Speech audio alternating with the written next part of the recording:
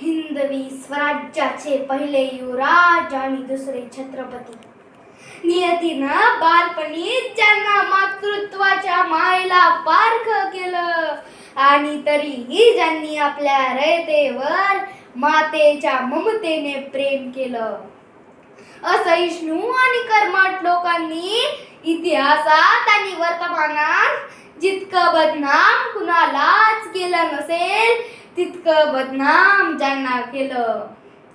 स्वतःवर खोटे आरोप झाल्यावर शिवपुत्र असूनही छत्रपतींच्या न्यायासनासमोर आरोपी म्हणून सामोरे गेलेले, राजेशाहीतील छत्रपती असूनही लोकशाही तत्वांप्रमाणे आपला राज्यकारभार चालवणारे, 17व्या शतकातच बहुभाषिकतेचे महत्त्व जाणणारे, स्वराज्य प्रेरिका राष्ट्रमाता राजमाता जिजाऊ आऊसाहेबांच्या संस्कारात वाढलेले, सन्मानानेच जगायचं आणि स्वाभिमानानेच मरायचं असं ज्यांनी अवघ्या राष्ट्राला शिकवलं. श्री शंभो शिवजातस्य मुद्रा देवरी विराजिते यदंकस्य विनोलेखा वर्तते कस्य नोपरी ही राजमुद्रा धारण करणारे, ज्यांनी छत्रपती शिवाजी महाराजांचे स्वराज्य फक्त राखलेच नाही तर वाढवले सुद्धा, असे स्वराज्य रक्षक स्वराज्य विस्तारक छत्रपती संभाजीराजे शिवाजीराजे भोसले. याच संभाजी महाराजांची जयंती आज आपण या ठिकाणी साजरी करीत आहोत. मी श्रेयश ज्ञानेश्वर थेटे, तिसरीचा विद्यार्थी, आपल्या समोर छत्रपती संभाजी महाराजांबद्दल 2 शब्द बोलण्यास उभा आहे. महाराष्ट्रातील पुणे जिल्ह्यात महत्त्वाची 5 किल्ले पुरंदर, राजगड, तोरणा, सिंहगड, शिवनेरी. या जिल्ह्यातील शिवनेरी या किल्ल्यावर 19 फेब्रुवारी 1630 रोजी हिंदवी स्वराज्याचे संस्थापक छत्रपती शिवाजी महाराजांचा जन्म झाला आणि या जिल्ह्यातील पुरंदर या किल्ल्यावर 14 मे 1657 रोजी सईबाई राणीसाहेबांच्या पोटी स्वराज्याचे आणि छत्रपती शिवाजी महाराजांचे वारस जन्माला आले. पुरंदरावर धुरंधर जन्मले, तोफांचा कडकडाट झाला, सनई चौघडे वाजू लागले, सगळीकडे आनंदी आनंद पसरला. सह्याद्री आकाशाच्या उंचीने दिल्लीकडे ताठ नजरेने पाहू लागला. सारा दख्खन मंगलमय झाला. सह्याद्रीच्या कड्या कपारीत एकच आवाज गुंजला, माझा राजा जन्मला, माझा शंभू जन्मला, माझा शंभू जन्मला. पण नियतीच्या मनात काहीतरी वेगळंच होतं. हा आनंद फार काळ टिकूच द्यायचा नाही हे नियतीने मनोमन ठरवलं होतं. संभाजी हे नाव आणि संघर्ष हा शब्द समानार्थीच आहे ते सिद्ध करण्यासाठी नियतीने सुरुवातीचे प्रयत्न सुरू केले होते. शंभू राजांना त्यांच्या मातोश्रींपासून वेगळं करण्यासाठी छिन्ना तोडण्याआधीच त्यांच्या मातोश्रींचा पाना आटला. इथूनच छत्रपती संभाजी महाराजांच्या संघर्षास सुरुवात झाली. सारा दख्खन नियतीला विचारू लागला, समझाने तक का भी ना नियति ने वक्त दिया, समझाने तक का भी ना नियति ने वक्त दिया, ना समंजस बालक से माँ का दूध छीन लिया, ना समंजस बालक से माँ का दूध छीन लिया. माना कि संघर्ष कभी किसी से टला नहीं, माना कि संघर्ष कभी किसी से टला नहीं, पर छीना दूध तब जब उसने माँ तक बोला नहीं, पर छीना दूध तब जब उसने माँ तक बोला नहीं. हे कमी की काय? त्यामुळे शंभूराजे अवघे 2 वर्षाचे असतानाच त्यांच्या मातोश्री सईबाई राणीसाहेबांचं दुःखद निधन झालं. साऱ्या स्वराज्यात शोककळा पसरली. शिवरायांनाही खूप दुःख झालं. पण दुसऱ्या क्षणी त्यांच्या लक्षात आलं की लोकसेवेचा वसा घेतलेल्या माणसांनी स्वतःची दुःख फार काळ पुरवाईत बसायचं नसतं. जिजाऊंनी या दुःखातून शंभूबाला, कुटुंबाला आणि स्वराज्याला सावरलं. नुसतं सावरलंच नाही तर हिंदवी स्वराज्याचे दुसरे छत्रपती घडवण्याची ही जबाबदारी स्वतःच्या खांद्यावर घेतली. आजी नातू हे जगातील सर्वात सुंदर आणि प्रेमळ नातं. माझी जाऊनी शंभूबाला प्रेम माया तसे संस्कार दिले. घोडेस्वारी, तलवारबाजी, भालाफेक, दांडपट्टा चालवणे, धनुर्विद्या इत्यादी युद्ध कौशल्यात निपुण बनवले. सोबतच त्यांना वेगवेगळ्या भाषा शिकण्याची व्यवस्थाही केली. त्यामुळे शंभूराजे शीलवान, बलवान, कर्तृत्ववान, नेतृत्ववान, चारित्र्यवान बनले. घोड्याला वाऱ्याच्या वेगाने पळवणारा आणि एका पायावर वळवणारा, दोन हातात तलवारी घेऊन शत्रूला लोळवणारा योद्धा तयार झाला. सोबतच बुद्धभूषण हा ग्रंथ संस्कृत भाषेत, तसेच नखशिका, नायिकाभेद, 60 शतक हे ग्रंथ ब्रज भाषेत लिहिणारा साहित्यिकही तयार झाला. माझी जाऊनी शंभूबान मधला योद्धा घडेल आणि त्यांची विद्वत्ता वाढेल याची विशेष काळजी घेतली. शंभूराजे अवघे 9 वर्षाचे म्हणजे साधारण माझ्या वयाचे असताना छत्रपती शिवाजी महाराजांना पुरंदराचा तह करावा लागला. त्यामुळे शंभूराजांना मिर्झाराजा जयसिंगांच्या छावणीत जावं लागलं. तिथे दिलेर खान नावाचा क्रूर आणि कपटी सरदार होता.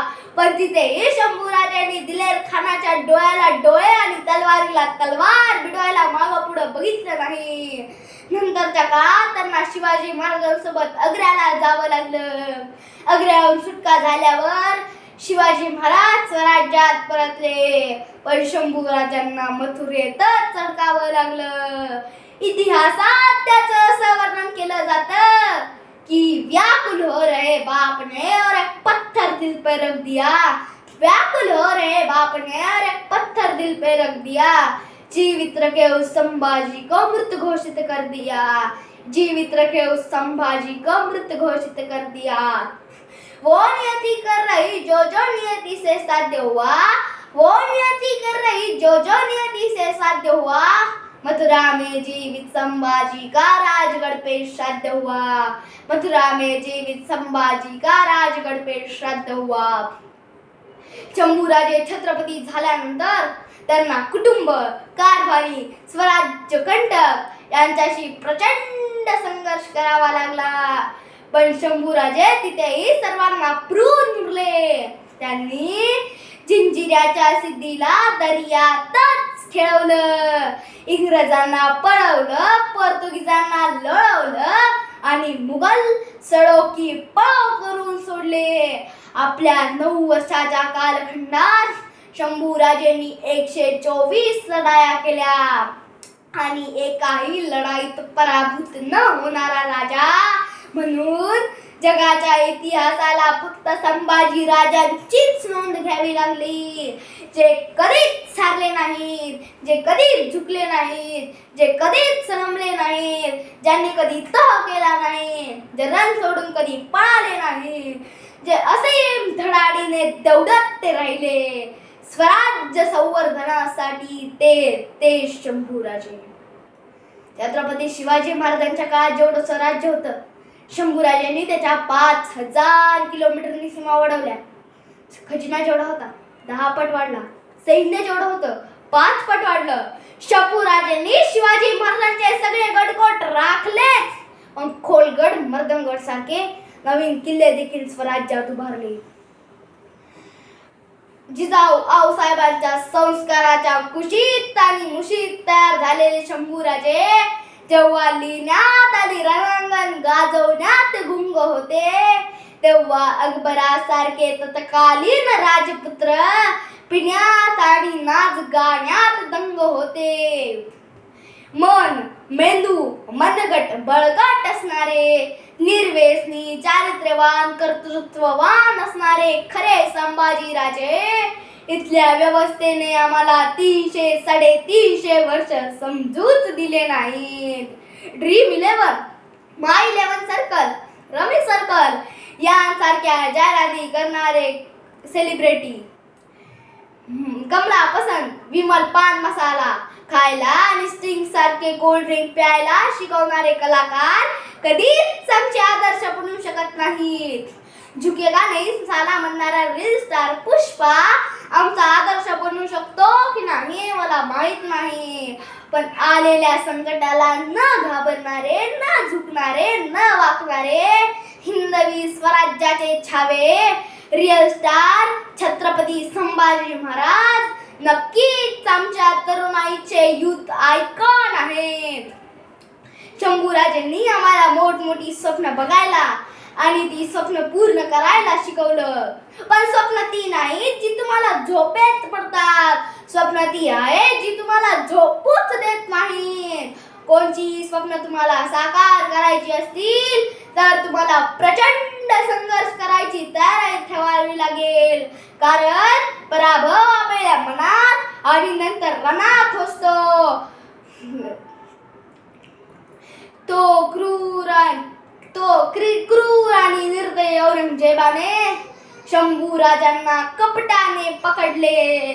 नुसते पकडलेच नाही तर तो क्रूर कर्मा औरंगजेब शंभूराजांचे एक एक अवयव निकामी करून त्यांची राक्षसी प्रवृत्तीने हत्या करत होता. पण तरीही माझा राजा या मातीतील तरुणाईला संदेश देत होता की मन के जीते जीत है, मन के हारे हार. हार गए जो बिन लड़े उन पर है धिक्कार, उन पर है धिक्कार जो देखे ना सपना. सपनों का अधिकार असल अधिकार है अपना. तू भोर का पहला तारा है, परिवर्तन का एक नारा है. यह अंधकार कुछ पल का है, फिर सब कुछ तुम्हारा है. तू माटी का लाल है, कोई कंकर या धूल नहीं. तू समय बदल कर रख देगा, इतिहास लिखेगा भूल नहीं. जय जिजाऊ, जय शिवराय, जय शंभूराजे. थँक्यू.